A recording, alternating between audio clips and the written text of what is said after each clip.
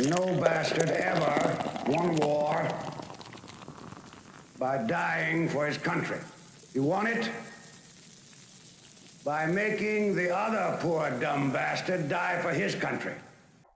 Welcome into the Brewview, presented by The Workshop. My name is T. And I am Kaz. Kaz, today I think it's more going to be a brave view. Right, the Brewview, because we're visiting ales from Bravery Brewing up in Palmdale, California. So if you don't know, we were just recently in the Antelope Valley, and we also did a Beer, Barley, and Barrels episode dedicated to some of those type of beers from the Antelope Valley as well. Right, so while we were over in Lancaster, then we hopped over to Palmdale, or vice versa. We went from Palmdale to Lancaster to Bravery. Right, and tell me a little bit about Bravery. So Bravery was founded in 2011 in Lancaster, California. And fun fact, one of their co-founders is none other than Arlie Ermy. From now on, you will speak only when spoken to. And the first and last words out of your filthy sewers will be, sir. Do you maggots understand that? Sir, yes, sir!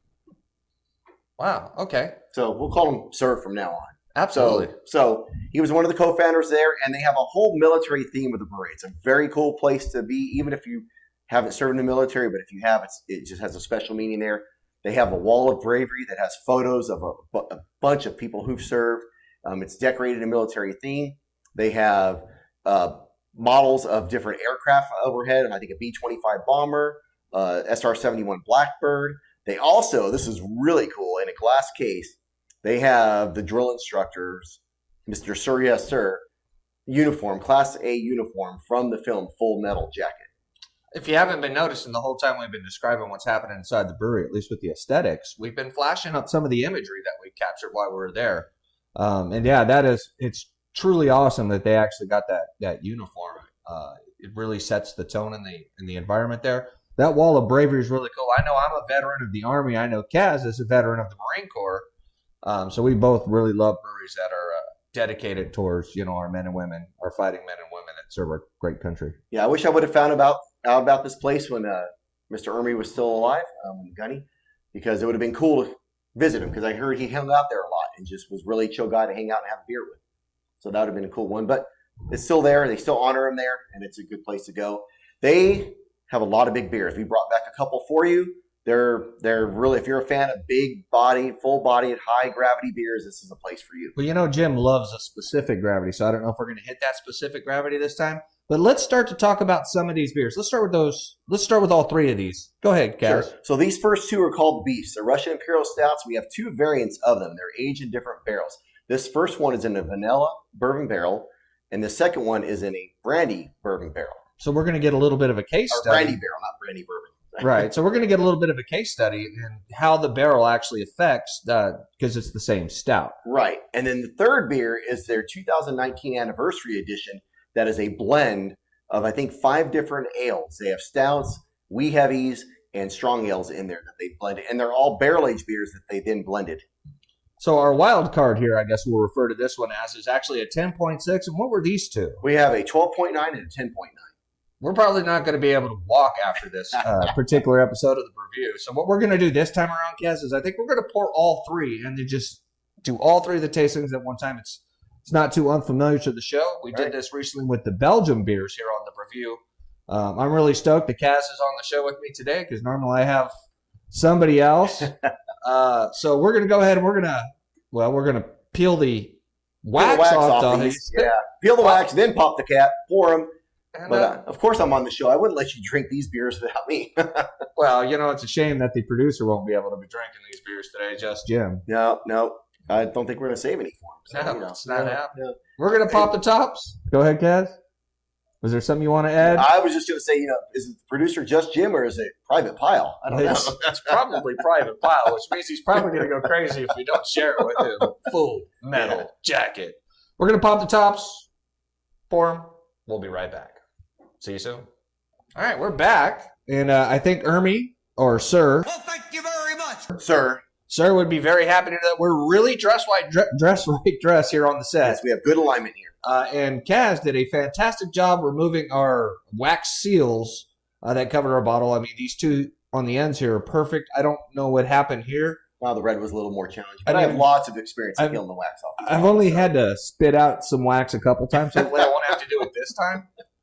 I think the best bet we're going to do here, Kaz, is I think we're just going to start with number 1, which is the vanilla, the stout and the vanilla bourbon bottle or barrel, correct? Yep. We're going to start there. We're going to see it, smell it, and taste it, and then we're going to go right down the line. Sound like a good plan? That's a good plan. Let's start with number 1. Tell me a little bit about this beer before we while we're looking at it. So this is the vanilla bourbon barrel aged 2021 vintage of this beer, the Beast. All right. Let's So, take a look at It it. looks nice and thick. It's like I said, it's a Russian Imperial Stout. So it's what you expect. It's got a good frothy head on it. Low carbonation in there. Yeah, you Looks- can't see looks- through it at all. Yeah. And this is the one that comes in at 12.9. So I figure we should probably get some booze out of it. But hopefully, we may.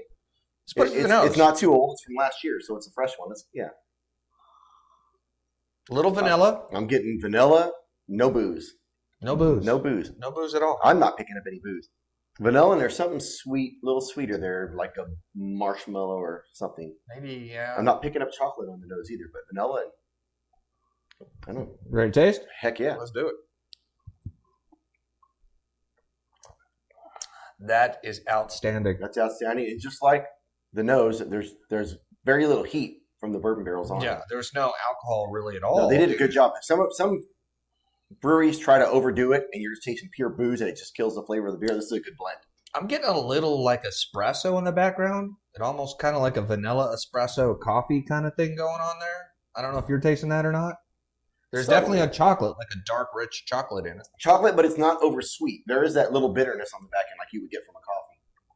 Some of these have too much chocolate where they get the syrupy, thick feel. This one is not that way. It's a good balance of flavors. Yeah, I like it a lot. All right. So, ready to move on to the next one? Well, no, we're gonna have to Drink some water. drink flush some the palate. water and flush our All palate. right, let's do that real quick. Today we're drinking Coors flavored water. There we go. It's much better. What are we drinking here in round 2? So the next one is the same beer, but aged in brandy barrels, and this one comes in at 10.9%.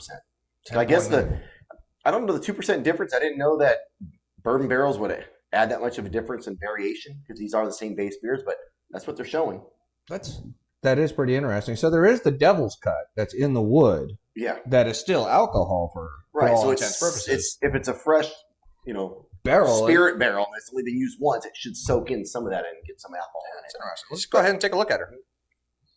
Right out the gate, this one really had probably the best head. Yes, we poured this quite a few minutes ago, and it's still sitting in there pretty good. Well, it kind of reminds me of It's almost thick. like a nitro because those Yeah. bubbles are so fine and frothy. Very dense. And again, you can't see through this thing at all. Right. Ready to smell? Yeah. Okay, so the vanilla note's missing, but I do get a hint of booze this time. I'm picking up nothing on this one. Just swirl it around if I can stir that up a bit. Did you catch the vid? No, I didn't catch the vid. I You had got that a couple times last Oh year. my god! No. Let's check it. Let's taste. All right, let's do it. Oh, so very similar to the first one. It doesn't have that sweet note, but it has this real, like, satin finish. I'm picking up more sweet on this one. No booze, more sweet, which brandy is a little sweeter liquor too. So Yeah, maybe it's that's got where this coming from. real fine satin finish. Like you can, Yes. there's no burn, there's no nothing. Like this No. is totally a drinkable, completely. Like if you have people out there who don't like stout, this is a winner. Producer Jim, it's shameful he's not going to be able to get any of this one. You mean Private Pile? Sir, yes, sir. This is a really damn good beer too. And I like a glass of brandy, so it blends well. It's excellent. Yeah, it's definitely. I would definitely buy this one again. I may not share the rest of it. Let's go ahead and flush the palate. All right.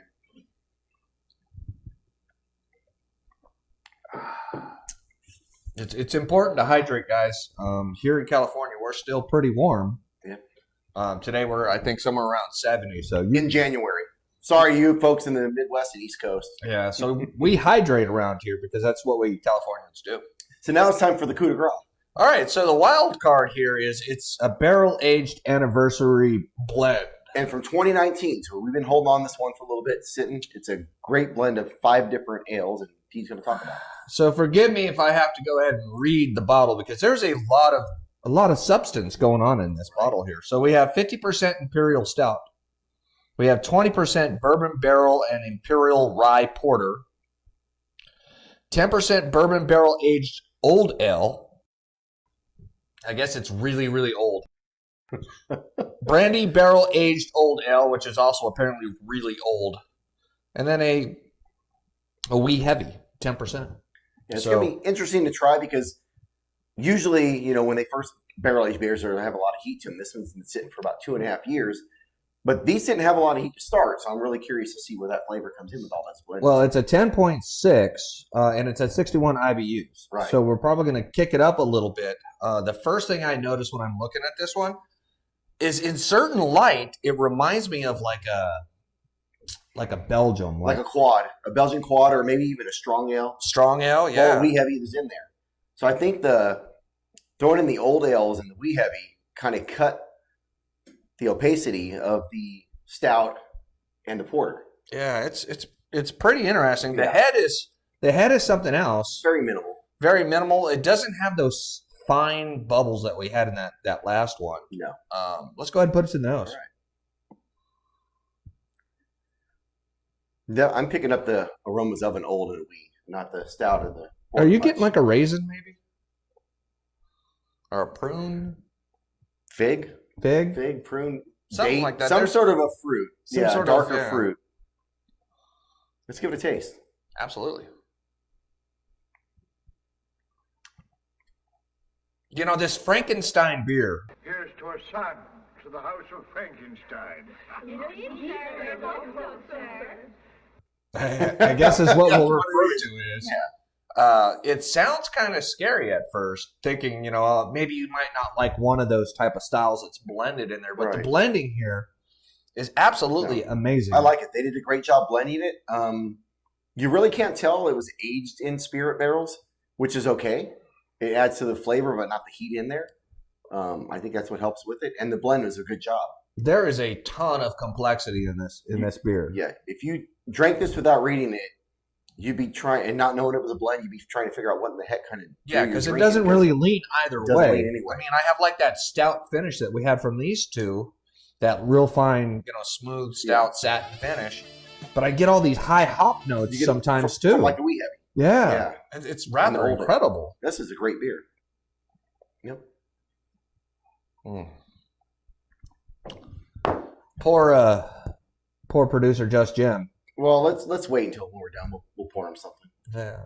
We should do a triple blend for him. How about that? A blend of all three. Blend plus the blends. You want to do it? For producer Jim? Let's do it. Let's do it. Or for us. Let's try that. Let's see. We made our own blend. Are we going all in? All right. A blend of the blends.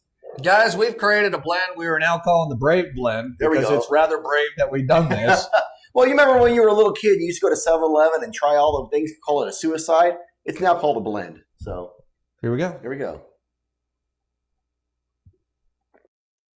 I think we're on to something. That works too. I think we're on to something there. We need to reach out to their blend masters and give them our recipe. Oh, yeah. I'm not quite sure what it was. It was like a finger, 2 fingers. 2022 anniversary edition. There we go. This is excellent. Guys, we hope you enjoyed this episode of The Brewview, brought to you by The Workshop. My name is T. My name is Kaz. Like, subscribe, ring the bell. I'll catch you next time. Cheers.